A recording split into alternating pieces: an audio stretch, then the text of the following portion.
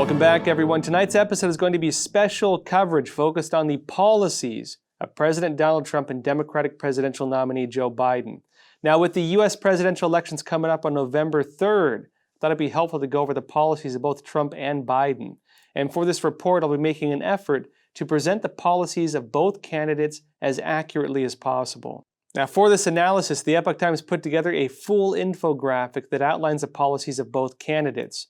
We looked at their written policies, their public statements, and with President Trump, we also looked at the policies he's already passed. I'll be going through this with a bit of analysis to give as complete a picture as possible of what their policies are. Let's jump into this now. All right, let's start off with the economy. Among Trump's policies are to give tax credits to companies that move manufacturing back to the United States while placing tariffs on companies that don't. He's negotiating and improving trade deals such as USMCA, the China Phase 1 trade deal, and others. For businesses, he's cutting government regulations and red tape and removing caps on the U.S. energy industry to make the United States a net energy exporter. And he's also working on programs to help create jobs, such as by funding on-the-job trainings and apprenticeships and removing requirements that require people to have college degrees to get jobs with the U.S. government. Now, as for Biden, his economic policies include increasing federal minimum wage to $15 an hour and to strengthen unions. With an economic plan modeled on the Green New Deal, he'll also make infrastructure investments focused on reducing carbon emissions. He'll also make a racial equity mandate for the Federal Reserve, which prints our money, and will push for more top-down standards for labor, human rights, and environmental protection in any future U.S. trade agreements. He'll also be banning anonymous shell companies and also create a system that can more carefully monitor cross-border transactions. Now, when we look at it overall, Trump's approach with helping the economy is to make it easier for Americans to find jobs by giving incentives to companies to hire Americans and by making the job market more accessible. He's also working to create more jobs by cutting red tape for businesses and by renegotiating trade deals so that Americans can benefit more from them. Biden's economic policies focus more on advancing progressive issues and creating top-down requirements on progressive issues such as environment and race politics.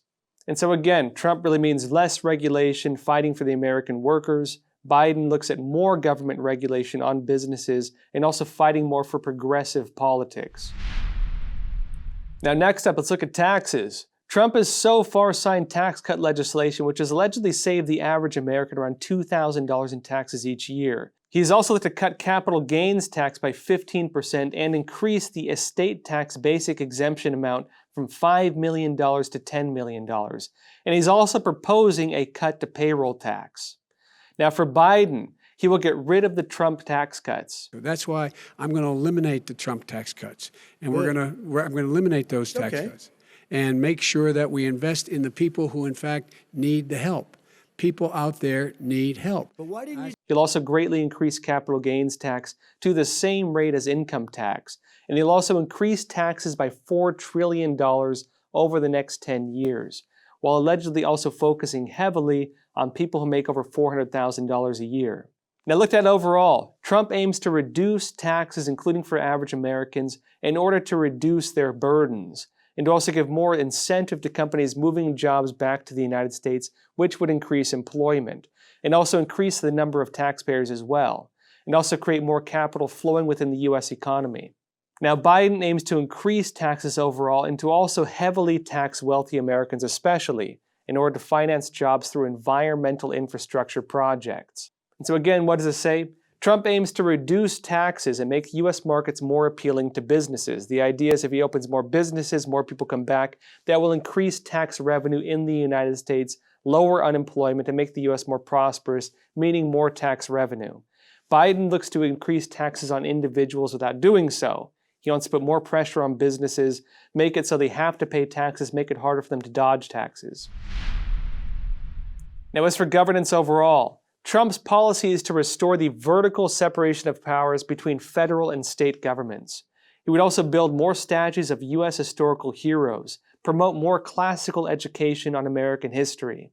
When it comes to politicians directly, he plans to pass congressional term limits, appoint more judges, promote voter ID for elections, and exclude illegal immigrants from the U.S. Census. He also plans to make Puerto Rico the 51st state.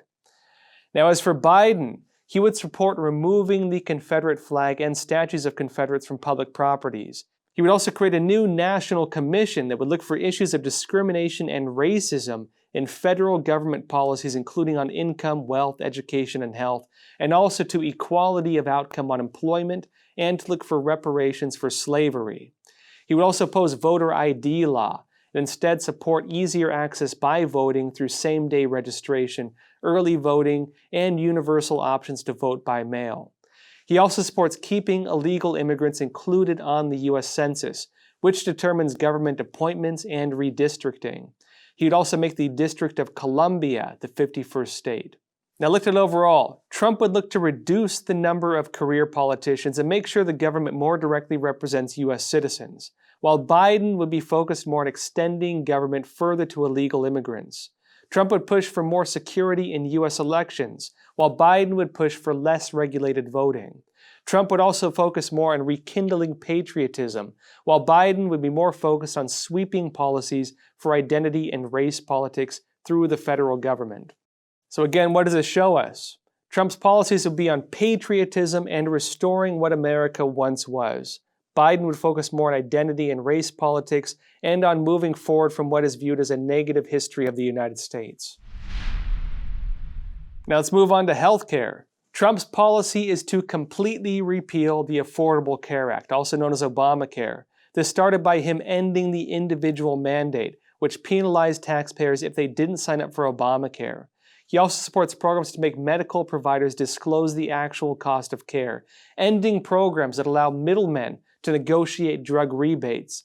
And he's also speeding up the approval process for generic drugs, passed a bill that allows Americans to try experimental drugs and treatments if they face life-threatening illnesses, and has also expanded telehealth through Medicare and allowed small businesses to join together to access insurance plans that are normally only available to large companies. Trump has also curbed federal funding that even indirectly finances abortion.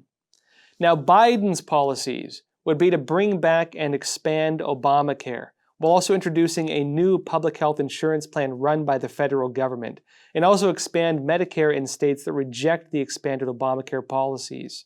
Now, while expanding socialized health care, Biden will also target healthcare companies with antitrust violations and create government-set prices for new drugs with no competition. He'll also provide free healthcare to illegal immigrants, double federal funding to community health centers, and expand national and global vaccine programs. Biden will also treat abortion as a constitutional right and will restore federal funding to Planned Parenthood. Now, looked at overall, Trump is working to end Obamacare, while Biden wants to expand it and bring in more complete state systems of socialized medicine, and to also extend these programs to illegal immigrants. Trump is also working to cut federal policies and to lower the cost of medicine, while also making it easier to access health care. Biden, on the other hand, looks to cut competition from the private sector while driving up policies that allow for state control of medicine. So what does this show us? Trump's focus is on reducing regulations and using that to reduce the cost of medicine. Biden is looking more for socialist medicine and socialist health care. Now let's move on to education. Trump's policy is for school choice. That means homeschool, vocational school, private school, charter, online learning, and other forms of education. He wants federal funds to follow students. That's around $12,000 a year for each child, which would let them use the money, for example, to attend private schools if they don't want to attend public schools. Trump also opposes Common Core and also supports alternative education programs and less emphasis on testing. Now, for colleges, Trump is working to ensure First Amendment protections on free speech for students on campuses, and he's also pushing to sue schools that have discriminated against Asian and white students. Trump would also be restoring private sector loans for colleges in order to decrease the cost for students. Now, as for Biden, he would triple the funding for Title I schools and increase teacher wages, while also doubling the number of social workers at schools and increase federal funding for public school infrastructure. He would also provide universal pre-K for 3- and 4-year-olds and double funding for home visiting programs for parents of young kids. Now, for public colleges and universities, he would also make them free for students whose families make less than $125,000 a year. And he would also be forgiving student loan debt for all people in the low and middle income brackets. Now, overall, Trump's policies would reduce state intervention in the school system and give students and parents the ability to use federal funding for private schools or other forms of education if they feel, again, public schools aren't meeting their needs. Now, Biden, on the other hand, would greatly increase state intervention in the school system by adding large amounts of additional funding. Now, for colleges and universities, Trump would aim to make them more affordable by making them use public sector loans, and which would give the colleges and universities incentives to ensure that students could pay them back. While Biden would push for a socialized education model, where current costs of education would be financed by taxpayers, and where the federal government would forgive existing student debt. And so overall, what does this show us? Trump would mean more choice with schools, more private sector competition, and ending government intervention to reduce the cost of education. Biden would mean more centralization with the school system, bigger government school systems, and socialized education when it comes to schools, when it comes to colleges and universities. Now let's move on to border security and immigration. Trump's policies to end the diversity lottery program that randomly gives 50,000 green cards a year, and to also increase merit-based immigration from 12% to 57% or higher. He will also end the program that automatically grants citizenship to children of illegal immigrants, and potentially resubmit a repeal of DACA to the Supreme Court. Trump will also continue to build 733 miles of wall along the southern border. He also work to ensure that Central American countries help with their asylum cases, while also continuing the new system where asylum seekers who enter the United States illegally are sent to wait in Mexico until their cases are reviewed. And in the U.S. as well, he will increase enforcement on companies that employ illegal immigrants, and also punish sanctuary cities that have been protecting them from immigration authorities.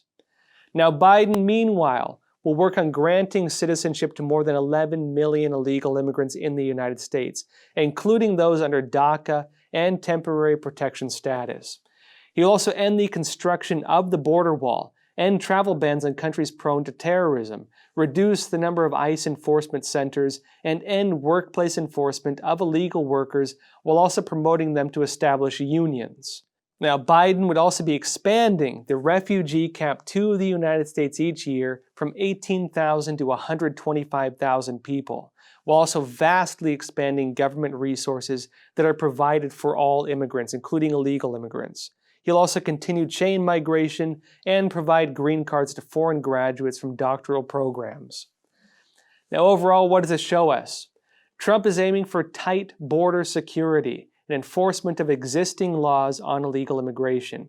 He'll have a much harder stance on illegal immigration. Biden, on the other hand, while he would have border checkpoints still, would essentially mean open borders, with very little enforcement within the United States on people who enter the country illegally, with large programs giving them money and healthcare and other programs, and with large amount of other taxpayer-funded programs to assist them.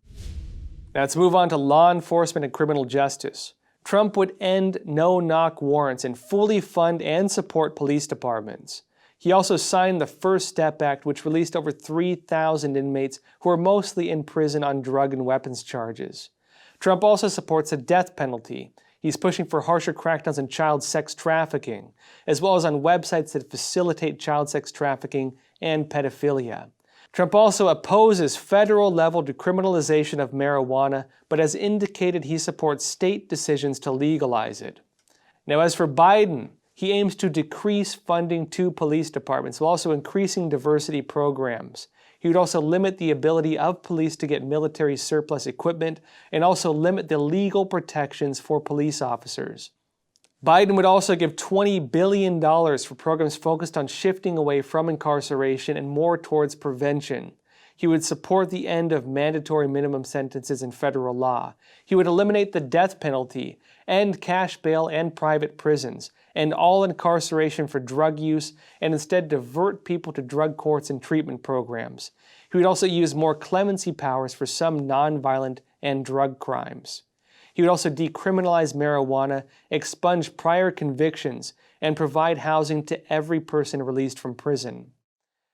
So again, what does this show us? Trump's focus is on stronger law enforcement, funding for police, improving policies as well, and also giving more resources for police to better do their jobs. Biden's focus is on defunding police, lightening the enforcement of law, and decriminalizing a lot of things currently designated as crimes. Now let's move on to the Second Amendment and gun control. Trump supports the Second Amendment. He opposes laws that go against high-capacity magazines and bans on rifles. He condemns lawsuits against gun manufacturers. He opposes laws that require registration of ammunition and licensing requirements on law-abiding gun owners. He also repealed a law that would send mental health information on national background checks, but also supports red flag laws. Now, Biden, meanwhile, has a strong stance against the Second Amendment. He would ban the manufacturing and sale of military-style guns and of high-capacity magazines. He would put new regulations on people who currently own what would be designated as assault weapons. He would also restrict purchases of firearms to 1 per month per person, end all online sales of firearms, ammunition, kits, and gun parts, and begin a system where all guns require the owner's fingerprints to operate, the smart guns. He would also increase the length of background checks from 3 days to 10 days, require background checks for all gun sales, use Social Security data to prohibit people from owning guns for mental health reasons. He would also push for adoption of red flag laws in all 50 states. Now, what does this show us overall? Trump's policies on protecting gun rights, upholding the Second Amendment, protecting the Second Amendment. Biden's policies on heavily reducing gun rights, ending to a large extent protections under the Second Amendment. Both of them do support red flag laws, but Biden wants to make it so it covers all 50 U.S. states.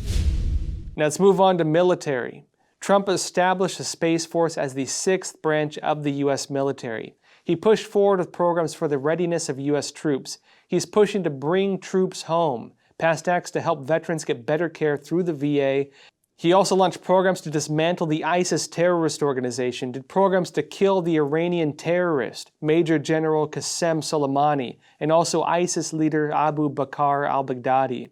And he also pushed for the dismantling of North Korea's nuclear weapons program and is building a stronger system for cyber defense and for missile defense.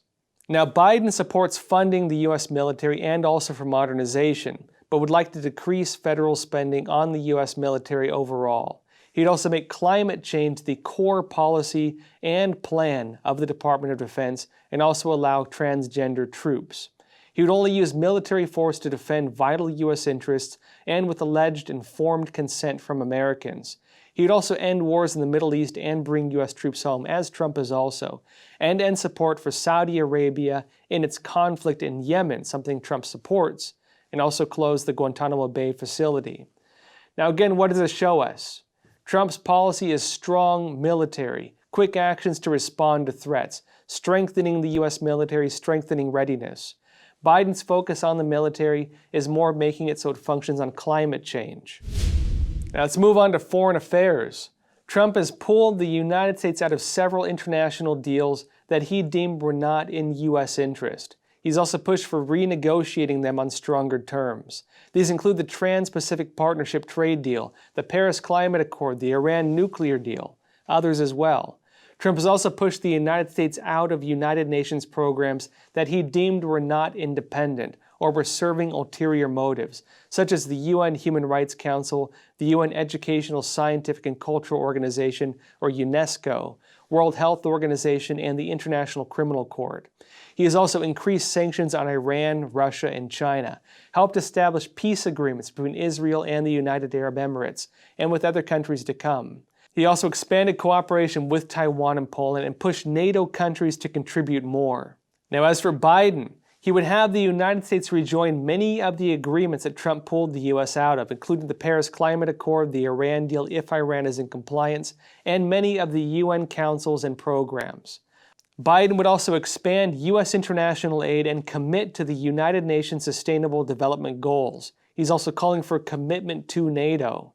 He'd also push to engage with China, North Korea, and Russia for denuclearization, something Trump is also doing as well. Now, what does this show us overall?